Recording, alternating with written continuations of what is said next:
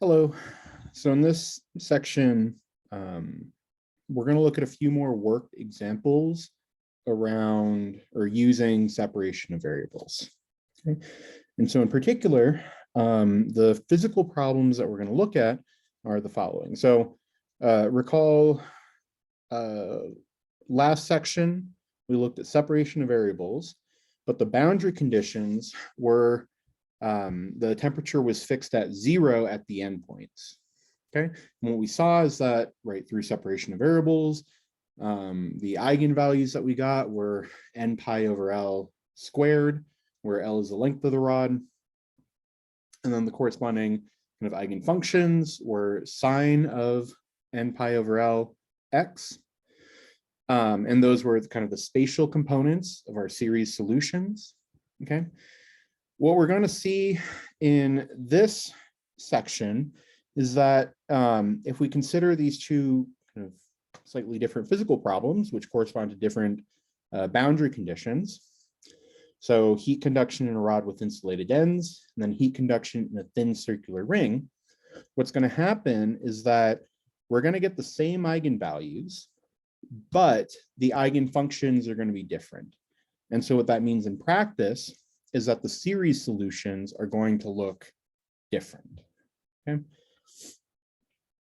And then at the end, we'll have a brief summary of kind of what different boundary conditions mean for kind of different eigenfunctions and eigenvalues you can get. Okay.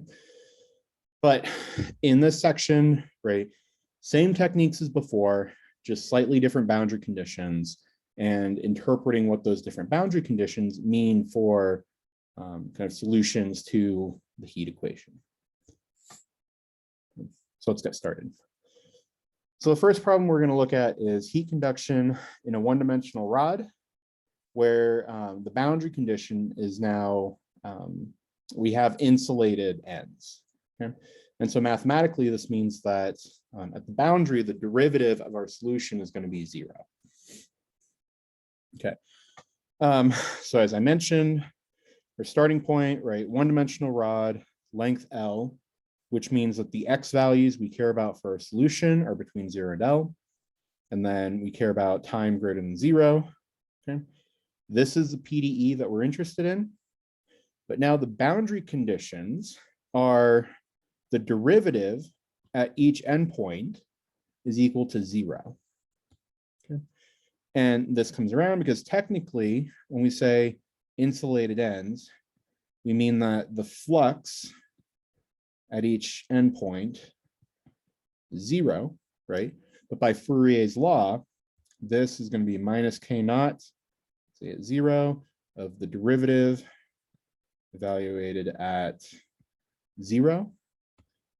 And so this is going to be 0, which then tells us that indeed the derivative at 0 is equal to 0. Okay. But yeah, so here, the only difference between now and the last section is our boundary condition. Otherwise, we may be given an initial condition. And so the observation is, well, the boundary conditions are homogeneous, right?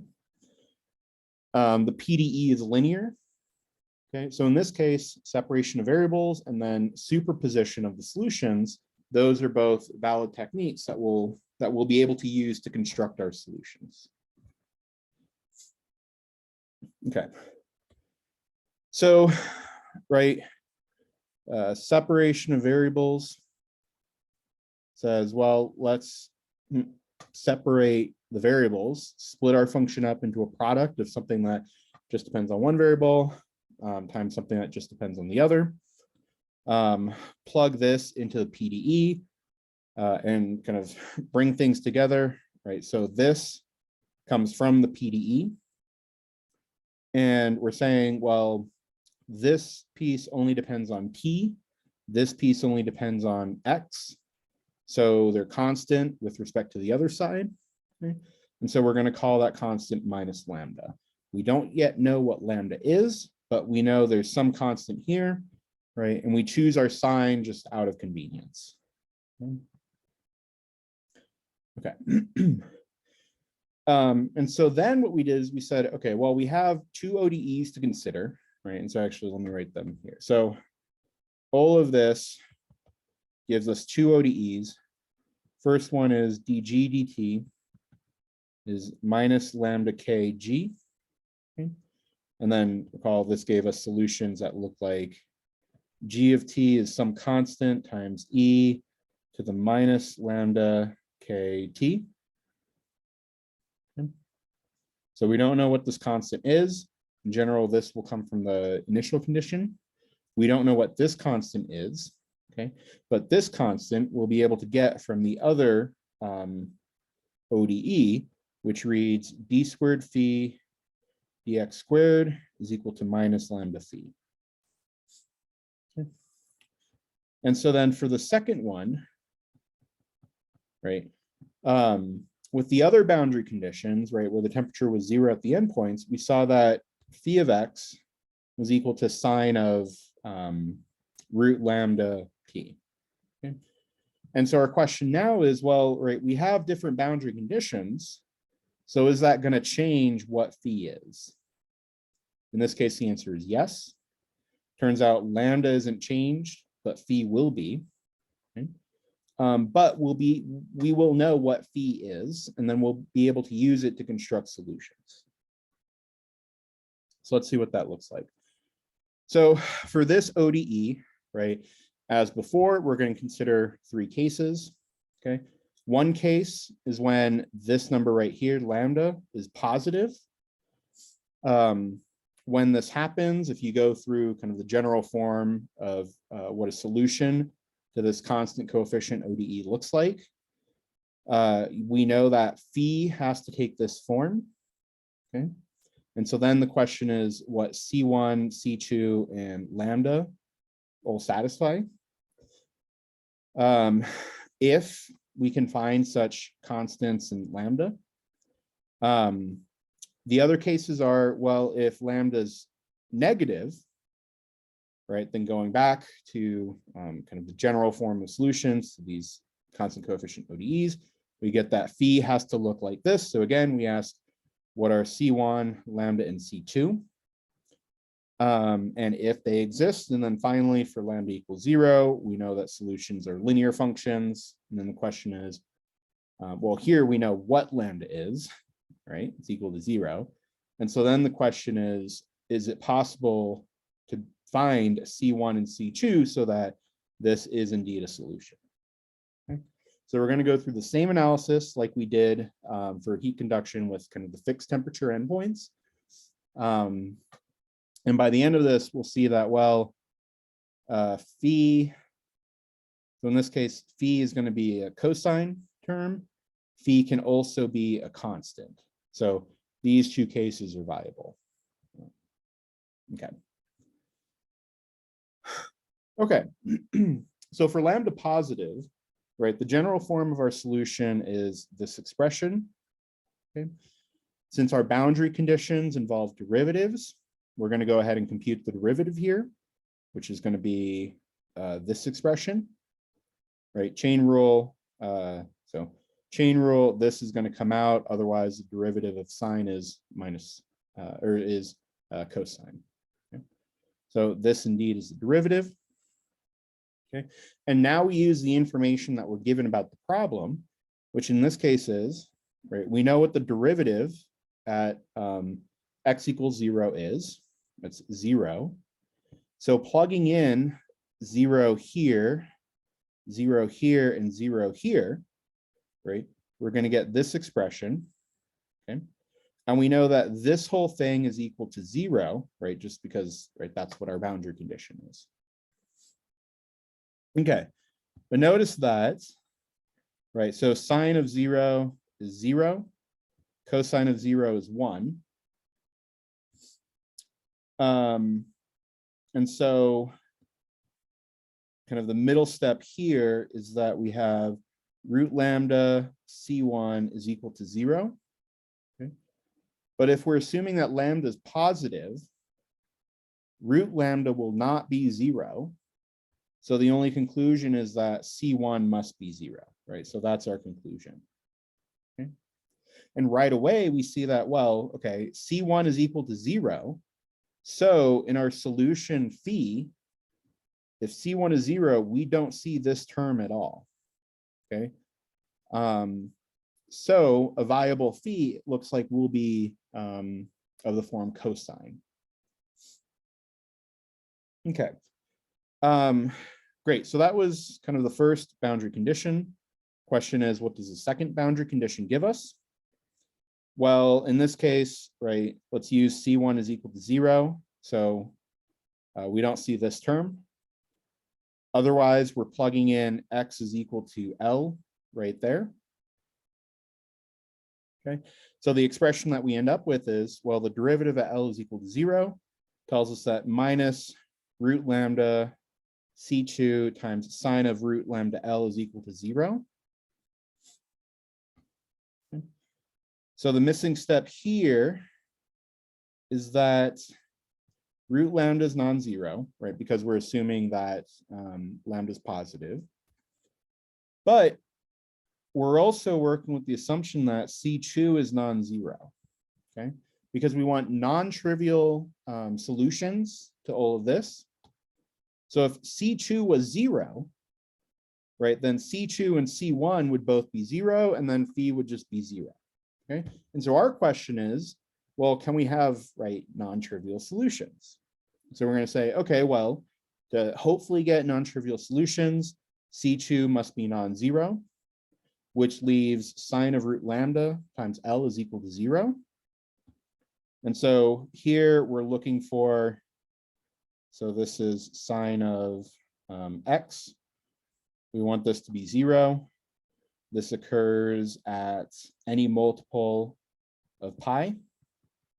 So that tells us that the zeros of sine are, say, n pi for some integer n, or any integer n. And so indeed, the values of root lambda L that get sine to be 0 are exactly multiples of pi. Okay. So what we see here is that, right, for lambda positive, we do have viable eigenvalues, or eigenvalues and eigenfunctions. The eigenfunctions look to be cosine because C2 is non-zero. And then we can figure out what lambda has to be from this equation right here. Okay.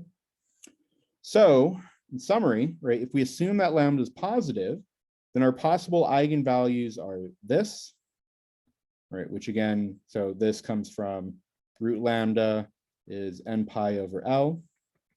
So lambda is n pi over L squared.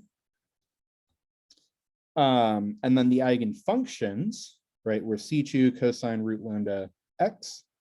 And then if we want to plug in for root lambda, these are our eigenfunctions. Okay.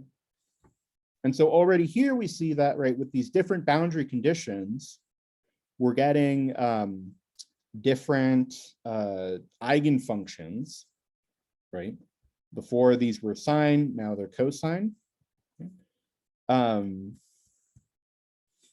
And so now the question is, well, what about the other cases, lambda negative and lambda equals 0? Do we get anything there? Right, already, you know, different boundary conditions, different function here. Maybe it's reasonable that we might. Let's find out. Okay. And so, so when lambda is negative, right, the template solution that we can use for this ODE is going to look something like this. Okay. And so we could go through the same steps, right? We could say, right, compute the derivative. So we have that piece to work with. Plug that derivative into the boundary conditions, see what pops out. And, you know, before we didn't have any exponential solutions, so maybe now we won't. In this case, that's what happens. But this is relegated to kind of a homework assignment, right? Same strategy as before. Plug this into the boundary conditions, figure out what the constants and lambda must be. You're going to run into some sort of contradiction. And so then that tells you that lambda negative is not viable. Okay, but this is a homework problem. Okay, and so then the last case is when lambda is equal to 0. Okay, and if you recall, right, for fixed boundary temperature, we saw that lambda equals 0 was not a viable eigenvalue. Okay, but in this case, it actually will be. And so let's see why. Right, so when lambda is equal to 0, right, for this case, our solutions take this form. Okay, they're linear functions. And I mean, you can see this directly. So the ODE that you work with in this case is just, right, second derivative is 0. Okay, integrate twice, you're going to get a linear function. And so then the question is, right, what these possible constants are. Okay, so here what we can do is compute the derivative, the function of x. Take a derivative here, this goes away, this goes away. So you're just left with that constant. Okay, so use the first boundary condition. What that tells you is that, right, this derivative, which is C1 is equal to 0. Okay, so we don't see this term in the solution.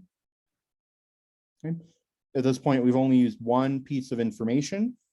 So if we use the other piece of information, right, plug in C1 equal to 0, again, we get C1 is equal to 0. So both of these pieces of boundary information give us the same conclusion, right? For lambda equals 0, this solution cannot have this x term. Okay. Otherwise, it doesn't tell us anything about C2.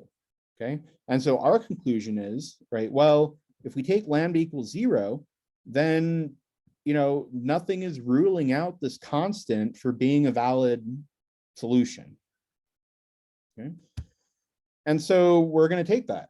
So in this case, right, again, changed our boundary condition, looked at this case lambda equals 0. And what we see is that in this case, we do actually have kind of a corresponding eigenfunction. Okay. And this is not something that we had for 0 temperature at the endpoints. Okay. Cool. Great. And so that concludes kind of the analysis of the 3 cases. Okay. And so what we found is, well, for lambda, lambda positive, we have cosine, and then lambda is equal to n pi over L squared. And for lambda 0, the corresponding eigenfunction is a constant. Okay. And so those are going to be our building blocks kind of from the spatial side. And so what we want to do is we want to combine those spatial building blocks with the time-dependent pieces, right? The other half of kind of the separation variables bit. And so what we can do is we can say, well, okay, so let's solve for G now. Okay. And so this is something I had written before, right? This is coming from dg over dt is equal to minus lambda kg. Is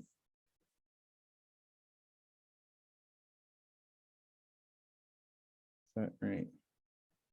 Yes. Okay. And so then we get this exponential solution, right? Plugging in for what lambda is. Okay. But this is true if lambda is greater than 0, right? Which is the case that we were working with before. Now what we've seen is that we also have to consider when lambda is equal to 0.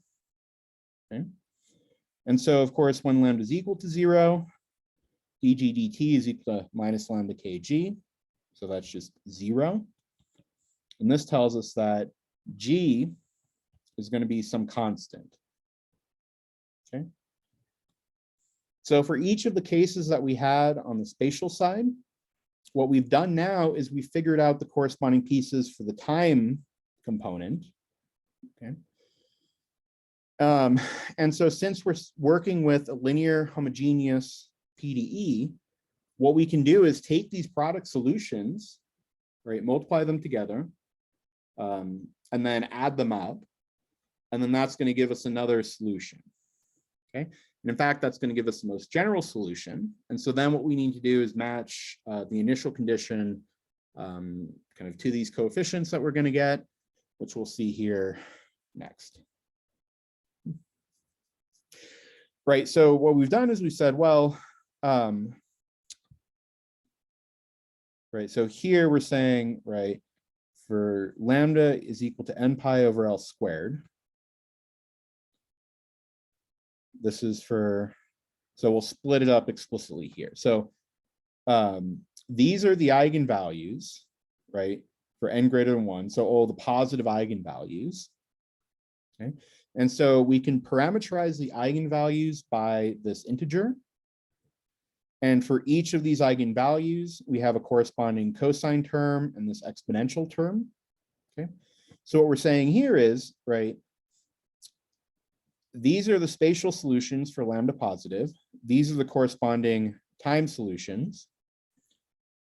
But when lambda is equal to 0, we saw that, well, the spatial solution is a constant, and then the time piece was also a constant.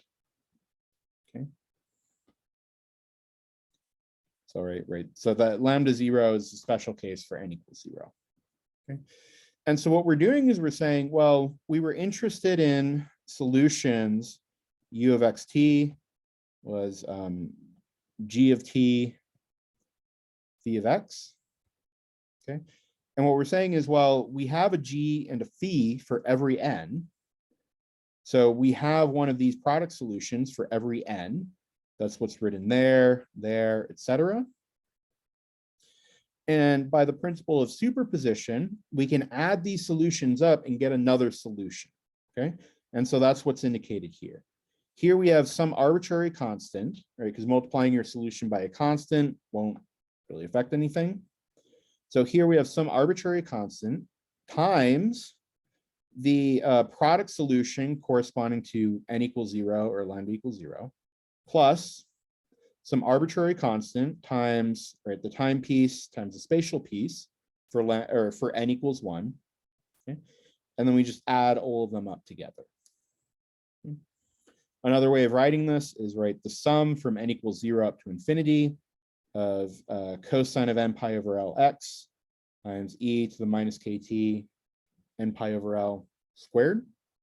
And so notice here the summation starts at n equals 0 and goes up to infinity. In this case, that's fine to work with because when n is equal to 0, this is equal to 1. This is equal to 1. And so this n equals 0 term is just a constant, right? And so that's included, right, in the summation, as well as all the terms that we get when n is not equal to 0. Okay. So this is one way of writing this. Another way of writing this is to highlight the fact that the first term is a constant, and then the rest of the terms are these products of cosine and an exponential.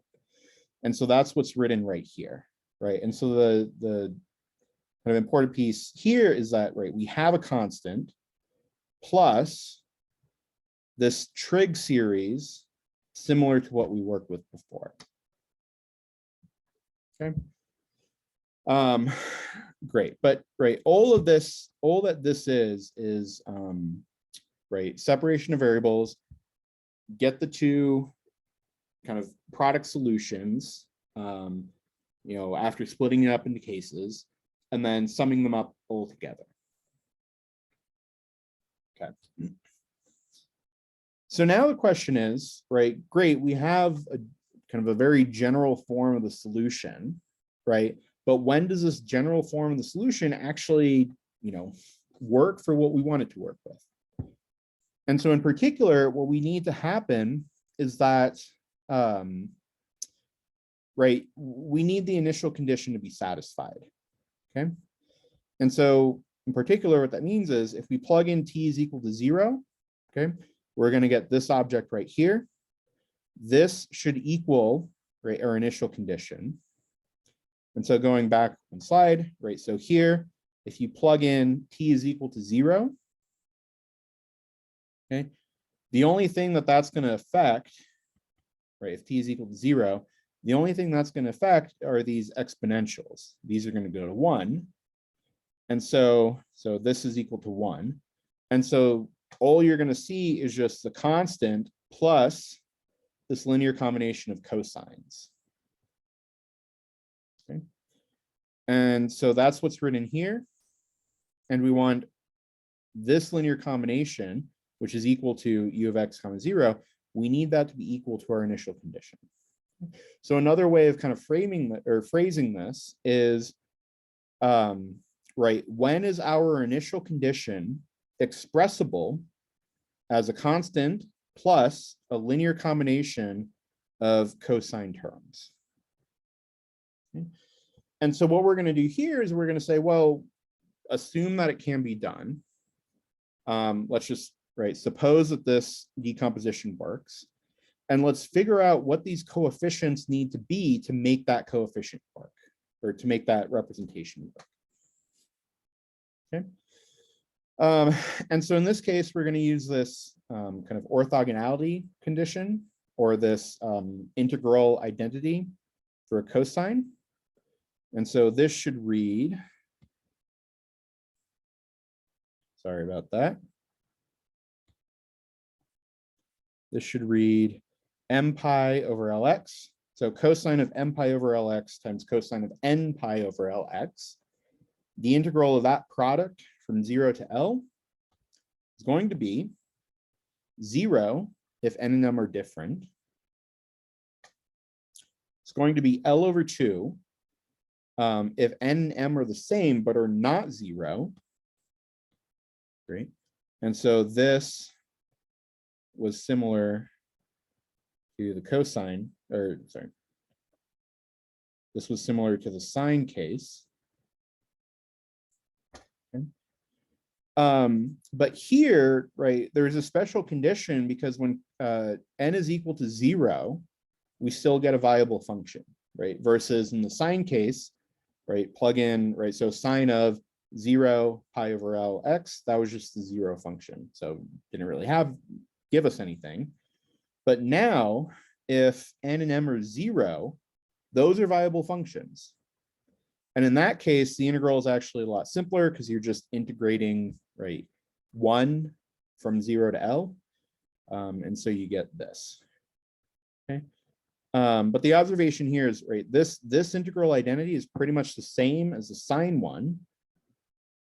This is the same bit as what happened with sines.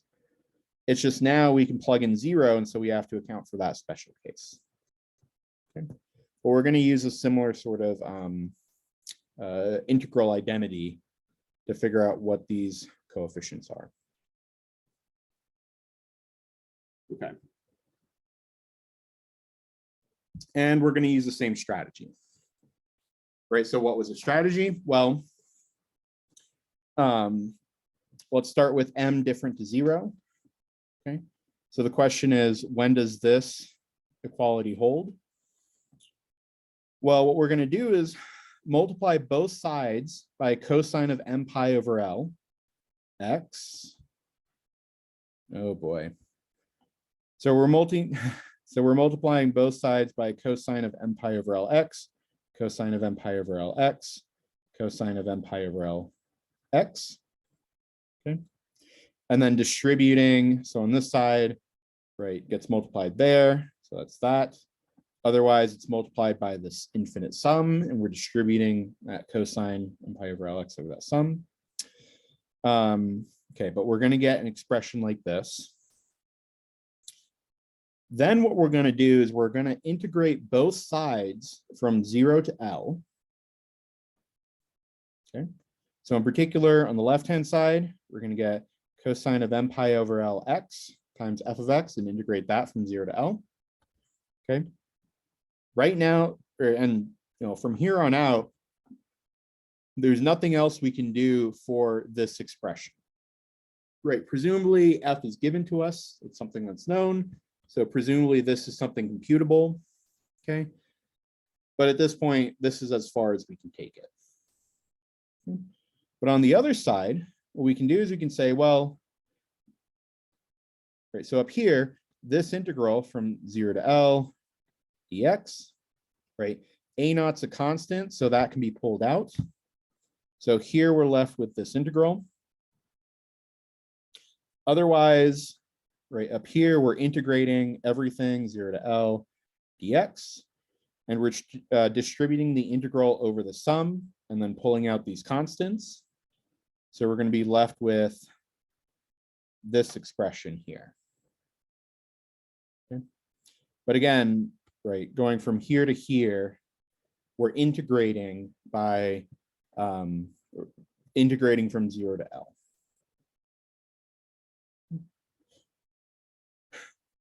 Okay. And so as I said, right, this left-hand side, nothing much we can do with. Over here, no. So this term right here, this goes to 0, right? Because we're integrating cosine of m pi over L, or m pi over Lx, right? We're integrating this function over its entire period, and depending on m, maybe multiple times over its period, okay?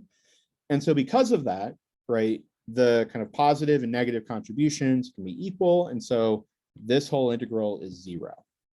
You could also kind of think of, right, this integral as a special case where n and m are different, right? So maybe n is equal to 0, m is non-zero. This identity still holds, and you get 0. Anyways, so this integral is 0. So then we're left with this integral, with a sum of integrals. And so here the observation is that, so this whole thing right here, this is non-zero when n is equal to m. And really, it's only non-zero then, right?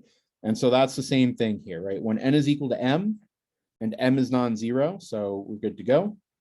That integral is equal to L over 2. Otherwise, if n and m are different, we're going to get 0, right? So in this infinite sum, right, say here m is fixed. So, you know, here we're checking n is equal to 1. Is that equal to m? If not, integral 0. If so, integral is L over 2. Next, n is equal to 2, right? If m is equal to 2, integrals L over 2, otherwise it's 0, etc. And right, we're only gonna hit this condition n is equal to m once. And so only one of these terms in this infinite summation is going to be non-zero. And so actually, this a sub n should actually be right there inside the summation. Okay. But anyways. Okay, so only one of these is non-zero. It happens when n is equal to m. So going over here,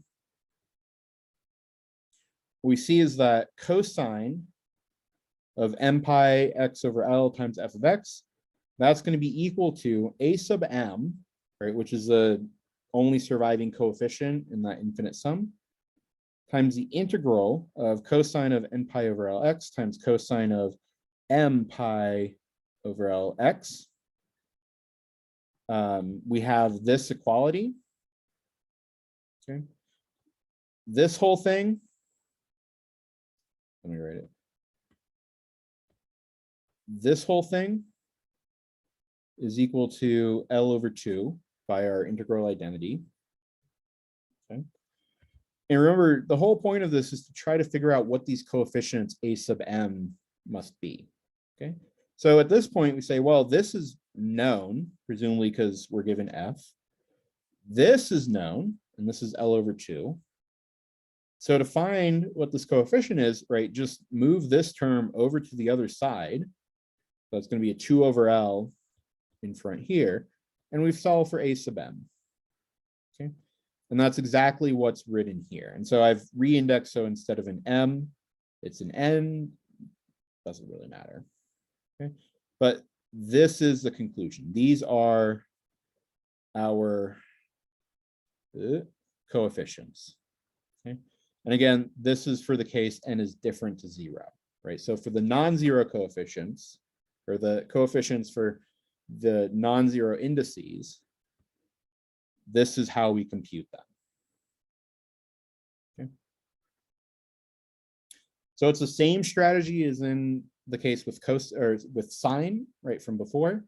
It's just the only difference is now, right, we have to account for kind of a 0 eigenvalue. And so that's what we do next, right? So same exact strategy. M equals 0, right? This is the representation we're interested in. Question is, what are these coefficients to make that representation work? Well, on the left-hand side, right? So what we're going to do, multiply by the same kind of function, cosine of 0 pi x over L, is f of x. Distribute that same function across all of this stuff. Now, the nice thing here is that this is just equal to 1. So when we go one step down, right, this is 1.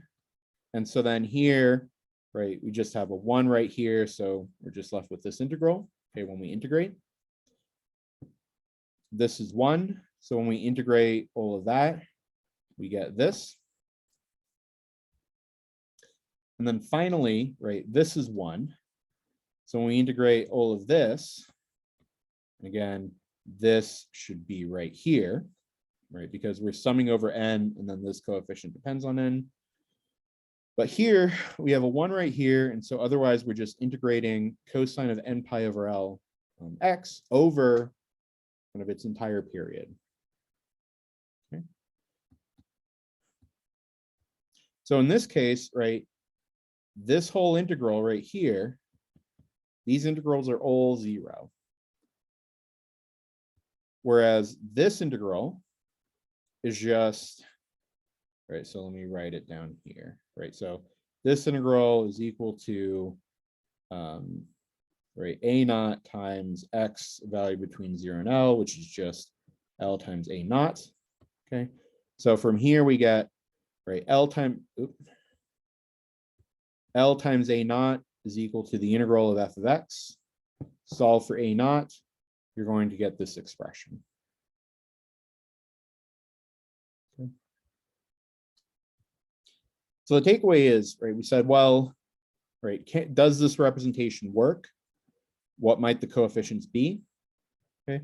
What we've done is we said, well, you know, here's how to explicitly compute the coefficients, assuming that this decomposition works. And that's going to be good enough for us, right? So for this to work, we have explicit formulas for the coefficients. Okay. And so because we have explicit formulas for the coefficients, right?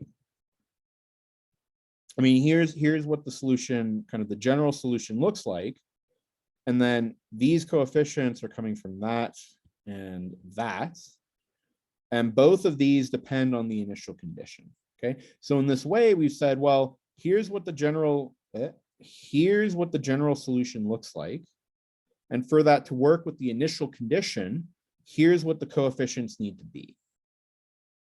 Okay. So for us, we're content with that. We've solved the problem. We know how to get the coefficients, and we're good to go. Okay. And so the note here is that, well, you know, what happens if you let kind of time evolve for forever? Okay, right, what you're asking for is, well, you know, you have some initial heat distribution, some initial heat profile. The ends are insulated, so no heat's getting out there. Okay, what's going to happen to the temperature distribution if you wait long enough? And the observation here is, well, right, and I guess here it doesn't really matter what the coefficients are, sort of. But as t goes to infinity, right, these exponential terms, because k is just assumed to be positive, lambda is positive, this whole thing is going to go to 0. Okay, so in this solution right here, right, as t goes to infinity, this whole term goes to 0. So every term in the sum goes to 0, and all we're left with is this constant. Okay. Right, so for kind of the heat distribution in a rod with insulated ends, if you let time go for long enough, what's the temperature distribution? What this shows is that the temperature distribution is a constant. And in this case, we know how to explicitly compute that constant, right? It's the average of the initial temperature distribution. That's what this quantity is. Okay. Cool. Great. So that's what happens if instead of a fixed temperature at the ends, we have kind of fixed derivatives at the ends. Okay. So different problem, but what we see is, right, I mean, the strategy and the solutions are essentially the same. Okay. And we know how to get these coefficients. Okay. So the second thing we're going to do is consider a slightly different problem. And so this is going to be heat conduction in a thin circular ring. Okay. And so there are two ways to kind of set this problem up. One way that's valid is to say, well, let's consider heat conduction in an annulus. Okay. And maybe I'll call this distance h. Okay. So in this case, the heat equation is going to look something like du dt is equal to k over r ddr r du dr plus k over r squared d squared u d theta squared. Something like that. Clean this up. Okay. And so one approach would be to say, well, let's consider this heat equation. Okay. Let's consider this heat equation and then say, well, what happens as this kind of this radius goes to 0? What you're going to end up with is essentially, right, the right PDE, and all that's left to do is interpret kind of, right, the behavior of your solution U at any of these sort of cut points, right? Because how we parameterize the annulus usually is going to be something like this. So the annulus is a set of points r theta such that a is less than r is less than b, and then 0 is less than or equal to theta, which is less than or equal to 2 pi. Okay. So what we're saying is, well, a is going to be in this limit, and then the only real remaining piece is right, this theta component. Okay.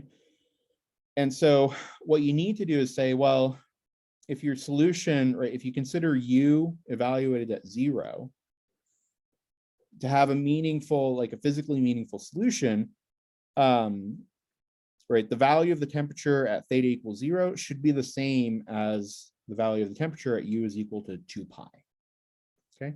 And so then that's going to give you kind of a special kind of boundary condition that we haven't yet talked about.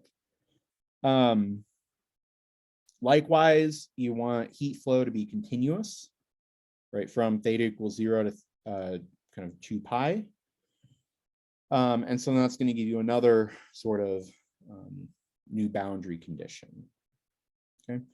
And so, yeah, so we won't kind of derive heat conduction in a thin circular ring by taking this limit. It is one of the homework problems in the book related to kind of the multivariable heat equation. Okay. But what we will do is kind of write out in a little more detail this notion of these boundary conditions that I was saying, where, right, at this point, this cut point right here, as you're crossing it, say going like that, you want your temperature to be continuous. You want essentially the derivatives to match up there. Okay. Anyways, okay, so let's actually not worry about this and just kind of build it up directly. Okay, so what we're going to do is we're going to kind of work in the following setup. So pretend we have a wire, right? Kind of start with like a one-dimensional thin rod, okay, like what we've been working with. Call it a wire. And what we're going to do is we're going to bend this wire so that the ends meet. Okay. And we're going to ask, well, how does heat flow in this kind of new sort of geometry, right? Where now the novelty is, right, the two ends of the rod, they actually meet, right, and they're in contact. Okay. And so our mathematical setup is going to be the following. So let me draw it like this. So the rod is going to look something like this. Okay. Right here is about x equals 0. Over here is going to be x equals minus L. Over here is going to be x equals L. Right. And the picture is, right, bring the ends of this rod together. So it's going to look something like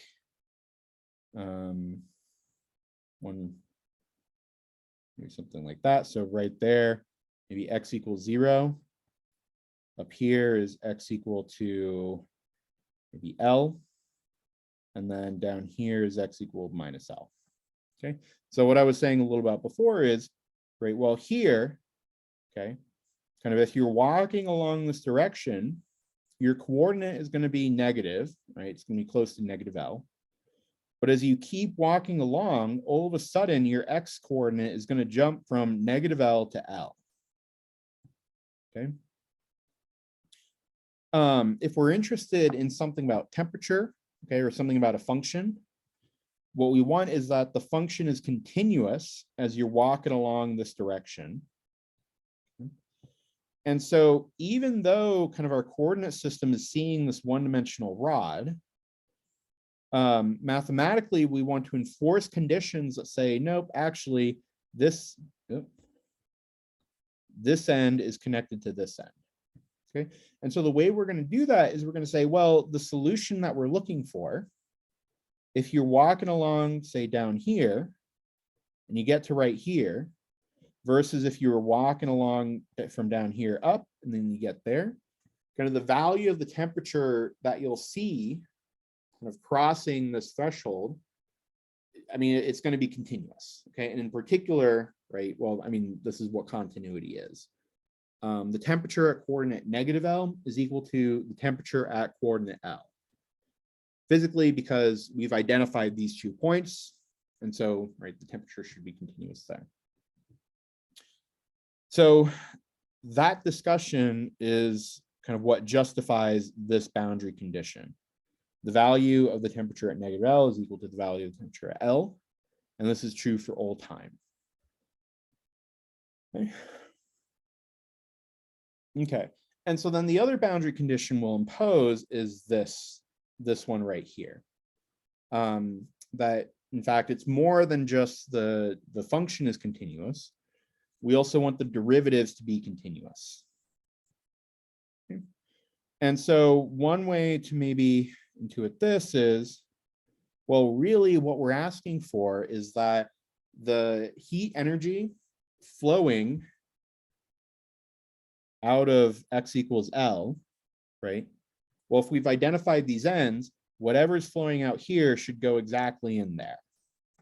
Okay, so technically what we're saying is the flux at negative L is exactly the flux at L. Okay. And so probably, right, another implicit assumption is that this conduction coefficient, this K naught, should be equal right there. Okay, and this was a homework problem that asked you to show if two ends of or two rods are in perfect thermal contact, then mathematically that means this, or that needs this. Okay, so we're asking that this holds, and we're assuming that this holds. And so if you write out Fourier's law, you're going to end up with this condition. Okay, so that's one way to intuit where this is coming from. Another way is to say, well, we want our solution to be smooth enough or differentiable across this threshold. That works as well. Okay. Okay, so long story short, this is the PDE we're working with. Now the geometry that we care about is going from negative L to L. What are our boundary conditions, right? We have two boundary points, negative L and L. So we need two pieces of boundary information. Two pieces of boundary information we'll use are the function is continuous at that boundary point, and the derivative is continuous at that boundary point. Okay. Otherwise, we're given an initial condition, right, to get kind of the evolution of heat going. And it's the same sort of problem we've worked with before. Okay. Right, but of course now we need to say, well, right, how do these boundary conditions affect kind of the spatial pieces that we'll get from separation variables? So let's see how that works. Okay, so separation of variables, right, again, gives us this, where the corresponding ODEs are, right, dg over dt is equal to minus lambda kg. And the other one is d squared phi dx squared is equal to minus lambda phi. Okay. So now the question is, right, how do the boundary conditions play into these separated solutions? Okay. Same reasoning as before. Right. So technically, right, so all of this stuff is coming from u of minus L, right, t is equal to u of L comma t, which if you plug in the separated solutions is giving phi of minus L, g of t is equal to phi of L, g of t. Okay.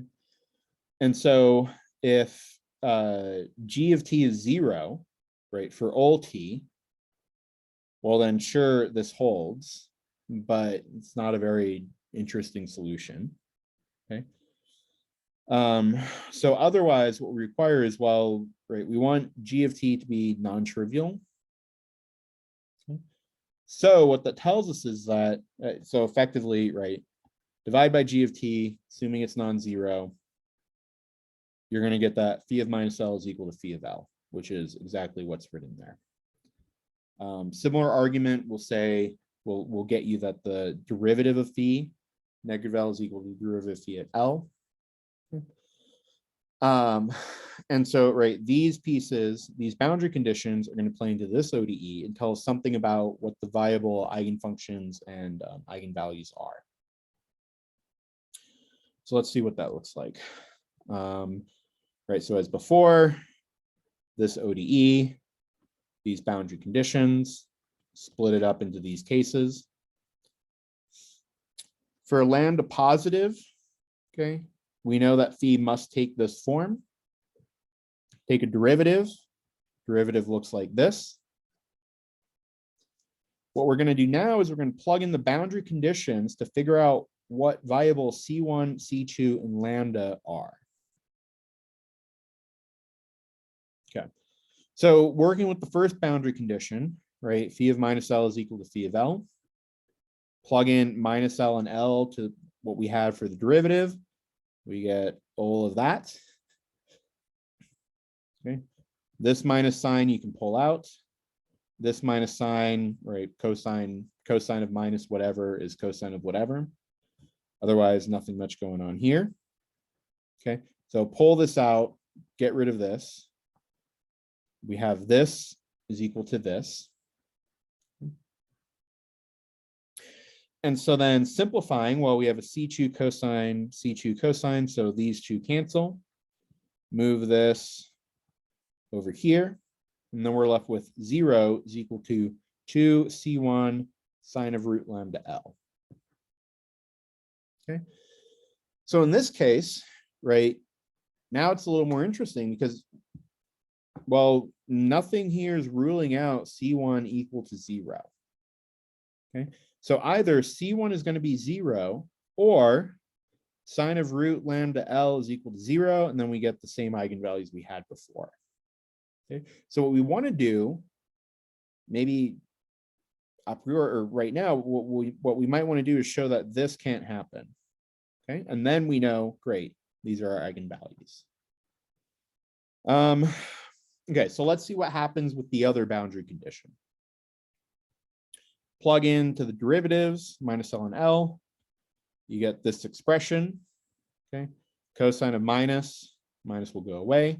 Sine of minus, this minus will come out there. Otherwise, nothing to change here.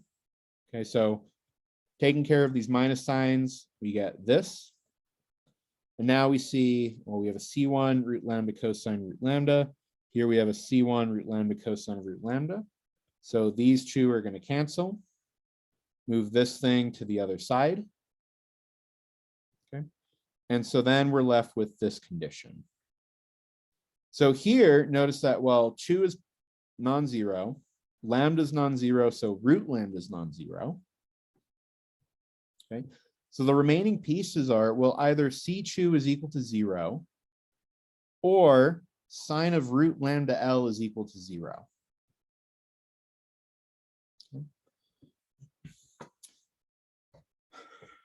Okay, and so what we can do is we can say, well, let's see what happens if, right, sine of root lambda L is non-zero. Okay. So notice right here, when we're working with the derivatives, if we say that this doesn't happen, well, then C2 must be 0. Okay. And likewise here, when we're looking at just the function value, if this doesn't happen, then C1 is 0.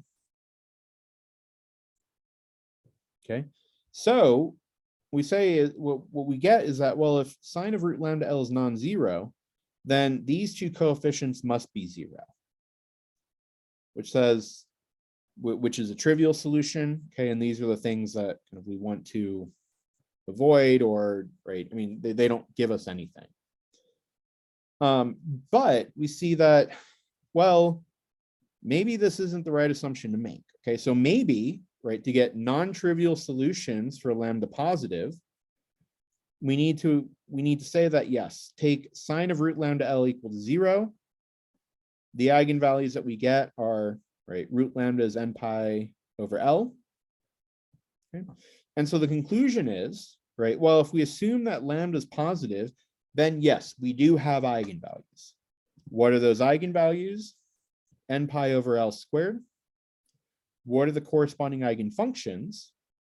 Well, in this case, we weren't able to rule out C1 or C2. So a priori, we have all of this. We have, right, both sine and cosine in our solution. Okay. Cool. So yeah, so the takeaway here is, right, for the case lambda positive, we have eigenvalues which are the same as before. We also have eigenfunctions, which are now both sine and cosine. Okay. Great. So what about lambda negative? Well, in this case, we know what the solutions need to look like. Okay. So in this case, solutions must look like this. The derivative we can compute. It's going to be something like this. Okay. And so then the question is, are there viable C1, C2, and lambda so that these functions and those lambda solve the original ODE, which was, again, d squared phi dx squared is equal to minus lambda phi. Okay, so what we can do is we can plug in these to the boundary conditions, see what happens, right?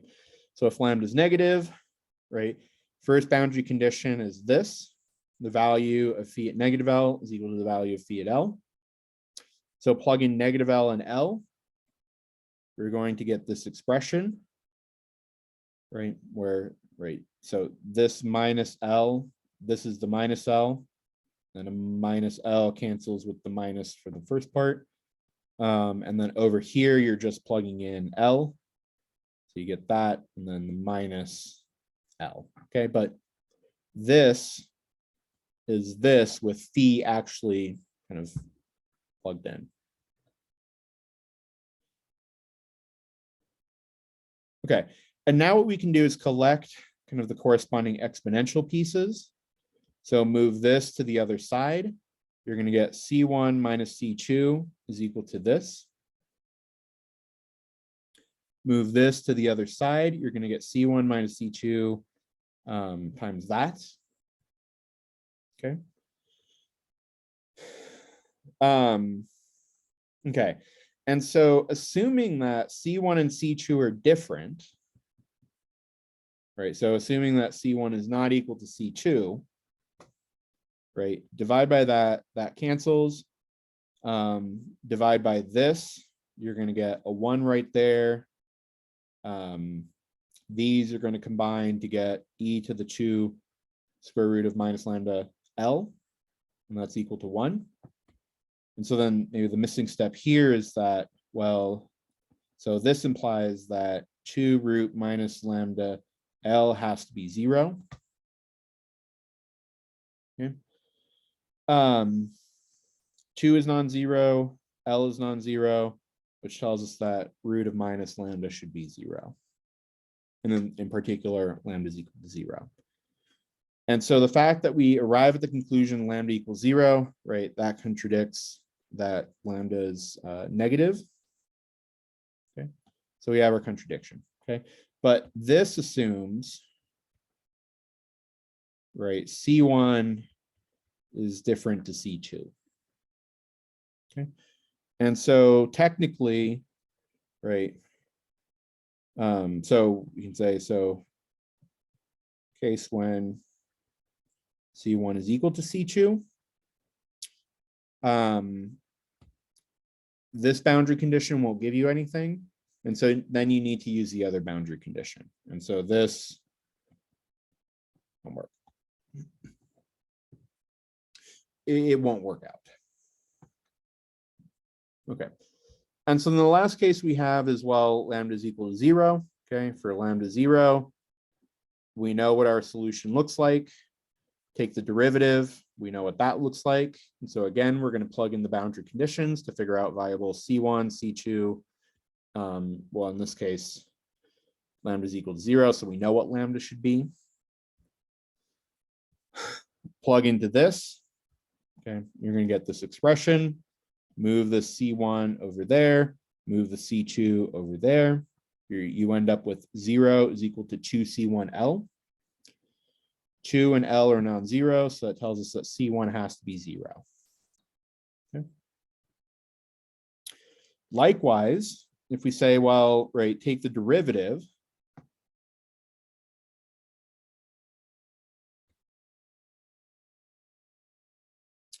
So you take the derivative, recall d phi dx, this was C1. Right there. So then this should actually read, you get C1 is equal to C1, which doesn't give us any new information, right? Well, in particular, these are equal to 0. Okay, so the takeaway is, right, these two boundary conditions don't tell us anything about C2. They only tell us that C1 has to be 0. So for lambda equals 0, we have an eigenfunction, which is C2, a constant. For lambda non-zero, right, these eigenvalues are parametrized by kind of integers n. And for each of these eigenvalues lambda, the corresponding eigenfunction is going to be a linear combination of sine and cosine. Okay. And so this concludes the analysis of that spatial piece, which is solving that eigenvalue problem. We know what the possible eigenvalues are with their corresponding eigenfunctions. And so now what we can do is we can go back and say, okay, great. For this constant lambda, what's the corresponding time-dependent piece? For this constant lambda, what's the corresponding time-dependent piece? Take those pieces, multiply them by these eigenfunctions, sum them up, we have our general solution. Okay. So let's see what that looks like, right? So solving for G of t, right? So dg dt is equal to minus lambda kg for n greater than 0, which corresponds to lambda positive. Otherwise, we have dg dt is equal to 0 when n is equal to 0 or lambda is equal to 0. Okay. But in each of these cases, we know exactly what this solution looks like, right? For lambda positive, it's this exponential. For lambda 0, it's this constant. Okay. So now that we have the spatial piece and the time piece, multiply them together, sum them up, that's going to give the most general solution. Okay. So here, so there's a lot going on here. Okay. But so here what we're looking at is, right, well, we've identified solutions. Time pieces look like this. Spatial pieces look like this for n positive. Otherwise, the time piece looks like it is a constant and the spatial piece is a constant. Okay.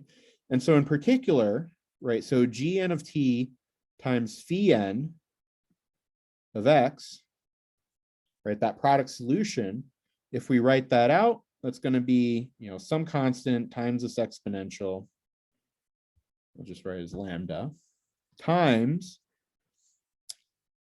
some constant times sine of root lambda x plus some other constant times cosine root lambda x. Okay. Distribute this, distribute it there.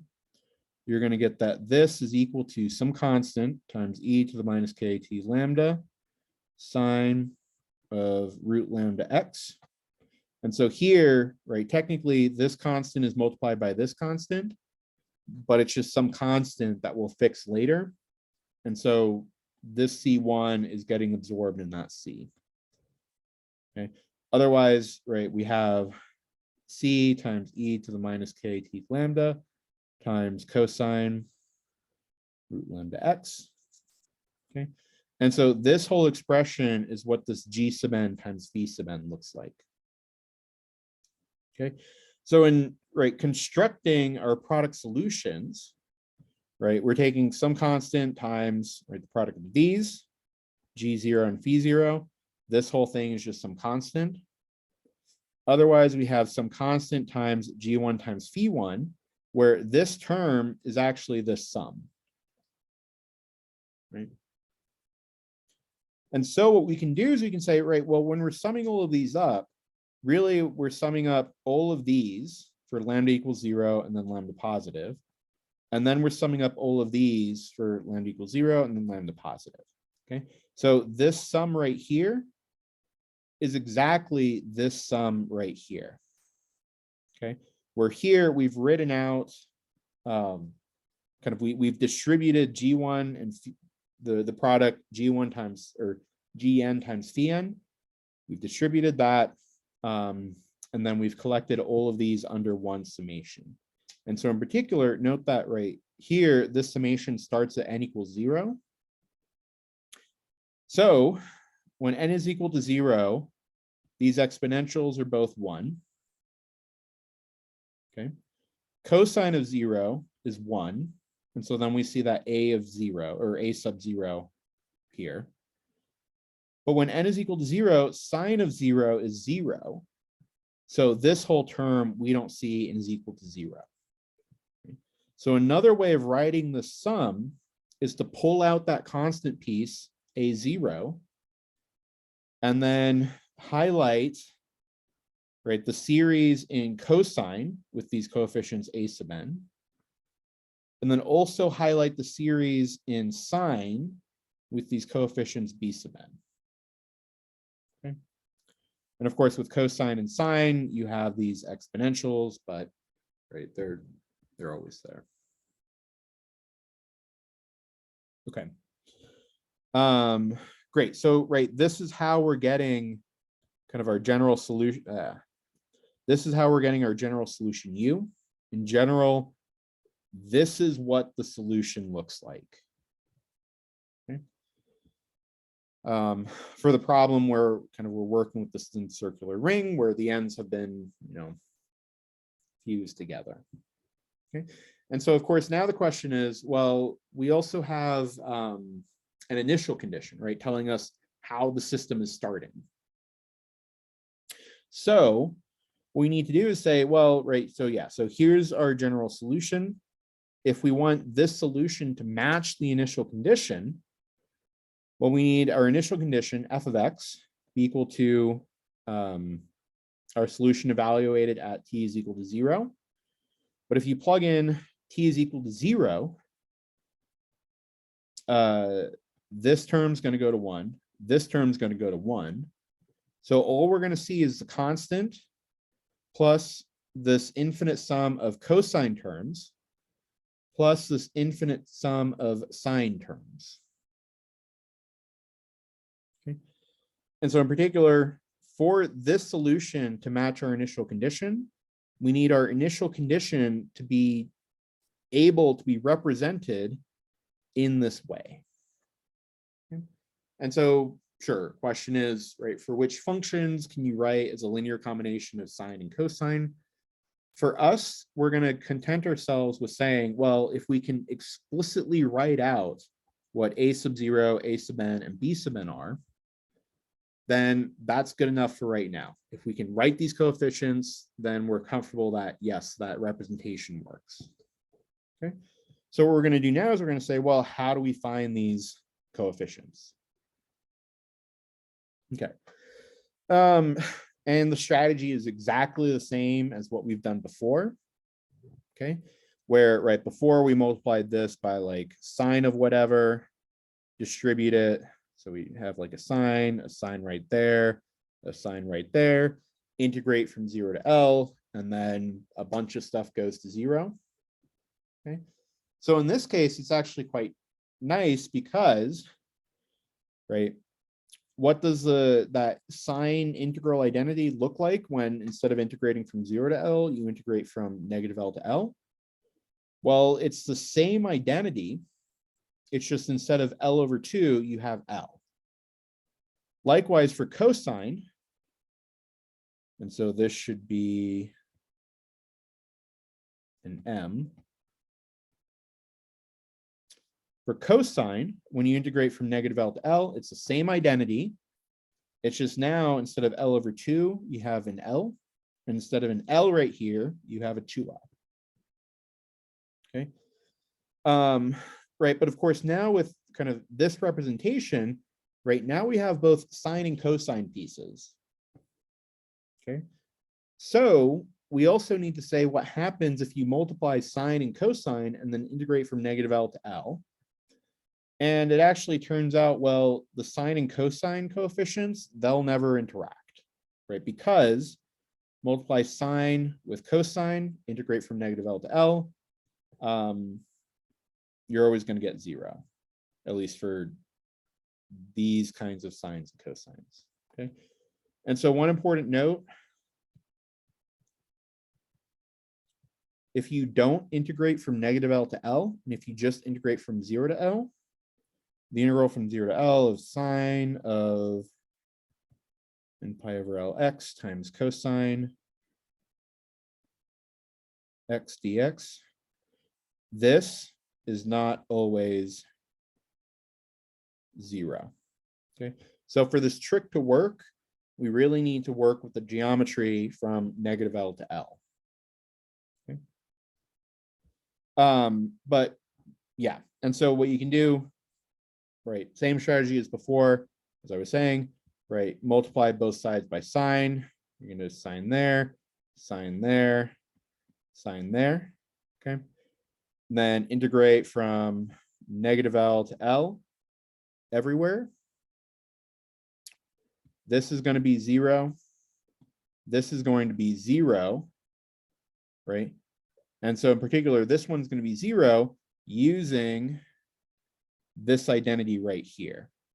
Okay. Otherwise, these integrals aren't necessarily going to be 0. And so then we're going to be able to figure out what B sub n is from that. Okay. And so kind of using the strategy that I just mentioned, you can write out explicitly what these coefficients are. And they look more or less the same as before, right? So this constant term, right, is going to be 1 over 2L, the integral from negative L to L of your initial condition. The constants A sub n attached to the cosine are going to be 1 over L, integral from negative L to L of your function times these cosines. And then the B sub n's are going to be the same thing, right? 1 over L, negative L to L, just with your initial condition times the sine terms. Okay. But in this way, we're able to figure out exactly what these coefficients are. And so for us, we're able to say, great, that representation works. F of x can be written in this way. So our initial condition can be satisfied. So this is indeed a solution to this problem. Okay. Cool. Okay, great. Okay, so here's a quick summary of kind of everything that we've done. Right, so what was novel about these two problems were the boundary conditions, and the boundary conditions changed what kinds of eigenfunctions and eigenvalues kind of we got from this problem. Okay, so in each case we had the same ODE, so we could break it up into cases and use the same template kind of solutions, but we had 3 different boundary conditions that showed up. Right, each of these boundary conditions ended up giving us the same eigenvalues, right? But the difference was each of these boundary conditions gave us different eigenfunctions, right, and different spatial pieces for phi. Okay. Solving for the time piece was the same. It was usually an exponential or a constant. And then the rest of the strategy was the same, right? Construct your product solutions, sum them up, match that series with your initial condition. Okay. And so here's a table from the book that just kind of goes through everything, right? So if you have these boundary conditions for your separated solution, you have these eigenvalues, corresponding eigenfunctions are these. So the series that you're kind of working with for your initial condition is going to be this. Okay. How do you get the coefficients? Like this. If you have an insulated rod, boundary conditions look like this. Same eigenvalue. Now your eigenfunctions are cosine. Okay. So for your initial condition to work, this is a series representation you need. Okay, now in terms of cosine. And note here that there's summing from n equals 0 up to infinity, so they're accounting for that constant term. Whereas here, there's summing from n equals 1 up to infinity, right? Because you don't, right? If you plug in n equals 0, this is going to give you 0. Okay, but anyways, so for insulated boundaries, you have kind of this condition for your initial condition. How do you get the coefficients? Here are the formulas. Finally, the third set of boundary conditions that we've been looking at so far have been for a thin circular ring, okay, right where the odds are fused together. The boundary conditions in that case are these, okay. the eigenvalues are these. And so note, I should have highlighted, here and here starts at n equals 0, whereas here it just starts at n equals 1. Okay. Otherwise, right, so for the thin circular ring, these are the eigenvalues. Your eigenfunctions are now both sine and cosine. So the initial condition, the condition on the initial condition is that this series representation should hold. Okay. And again, note, this is starting from n equals 0, right? N equals 0 for the cosine pieces, starting at n equals 1 for the sine pieces.